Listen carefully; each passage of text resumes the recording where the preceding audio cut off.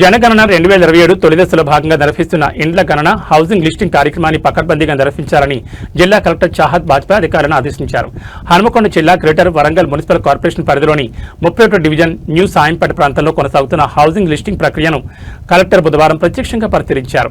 ఈ సందర్భంగా ఇంటింటికి వెళ్లి ఎన్యూమరేటర్లు నమోదు చేస్తున్న వివరాలను పరిశీలించిన కలెక్టర్ ప్రభుత్వం నిర్దేశించిన మార్గదర్శకాల ప్రకారం గణన ప్రక్రియను పారదర్శకంగా బాధ్యతాయుతంగా నిర్వహించాలని సూచించారు. ప్రజలు జనగణన సిబ్బందికి పూర్తి సహకారం అందించి సరైన వివరాలు ఇవ్వాలని విజ్ఞప్తి చేశారు.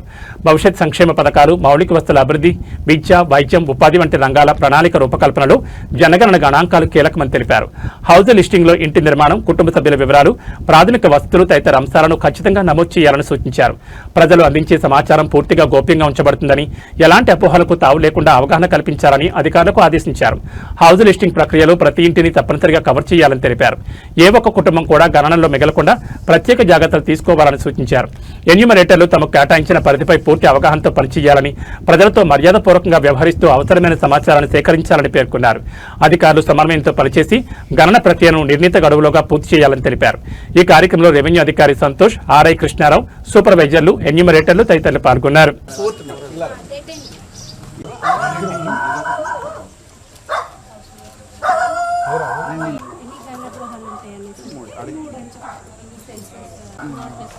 ఫస్ట్ బిల్డింగ్ మీద బిల్డింగ్లో ఎన్ని సెన్సస్ హౌసెస్ ఉన్నాయి, మన ఎన్యూమరేషన్కి వెళ్ళినప్పుడు ఆ హౌస్ హోల్డ్ ఎంతమంది ఉన్నారని చెప్తారు.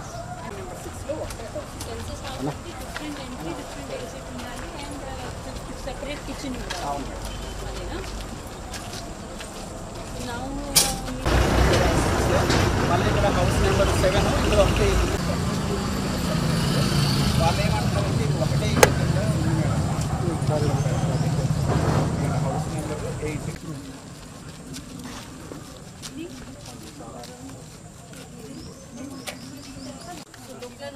మళ్ళీ వెనక్కి రావాలి మేడం. ఇలా వెళ్ళి మళ్ళీ యూటర్న్ తీసుకుంటాం.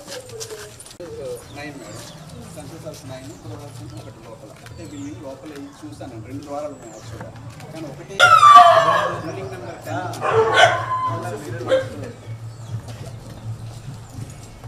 కొద్దిగా ఎక్స్ట్రా ఉన్నాయి. ఒక 20-30 ఎక్స్ట్రా వచ్చాయి.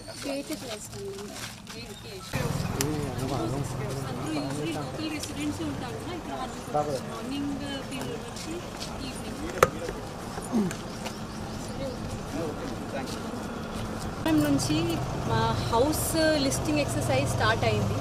సో దాదాపు మనకు టోటల్ జీడబ్ల్యూఎంసీలో 1700 దాకా ఎన్యూమరేటర్స్ అండ్ అరౌండ్ 250 దాకా సూపర్వైజర్స్ వాళ్ళు అందరూ హౌస్ టు హౌస్ తిరిగి వాళ్ళకి అసైన్ చేసిన ఈ ఈబీలో వాళ్ళు వెరిఫై చేస్తున్నారు ఎన్ని హౌసెస్ వస్తున్నాయి.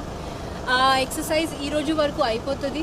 దాని తర్వాత కూడా ఏమైనా మనకు ఏమైనా బౌండరీస్ చేంజ్ చేయాలి, అది చేయాలి, ఈరోజు చేయడం జరుగుతుంది. అండ్ రేపటి నుంచి ఫుల్ ఫ్లెడ్జ్గా వాళ్ళు ఇంటింటికి వివరాలు కలెక్ట్ చేయడం స్టార్ట్ చేస్తారు. సో అందరితో ఒకటే రిక్వెస్ట్కి కంపల్సరీ వాళ్ళకి హెల్ప్ చేయాలి. కరెక్ట్ డేటా, కరెక్ట్ వివరాలు ఇవ్వాలి. మీ డేటా అంతా సేఫ్గా ఉంటుంది. It is a statutory exercise, it is a constitutional exercise. Completely me data safe ఉంటుంది. అండ్ దాదాపు 15 years తర్వాత మనకు సెన్సస్ జరుగుతుంది. సో ఈ వచ్చిన డేటాతో మళ్ళీ నెక్స్ట్ 10 years కోసం మనకు పాలసీ మేకింగ్లో ఇంపార్టెంట్ ఉంటుంది. సో కరెక్ట్ డేటా వస్తేనే మనకి ఈ డేటాకి లాభం ఉంటుంది.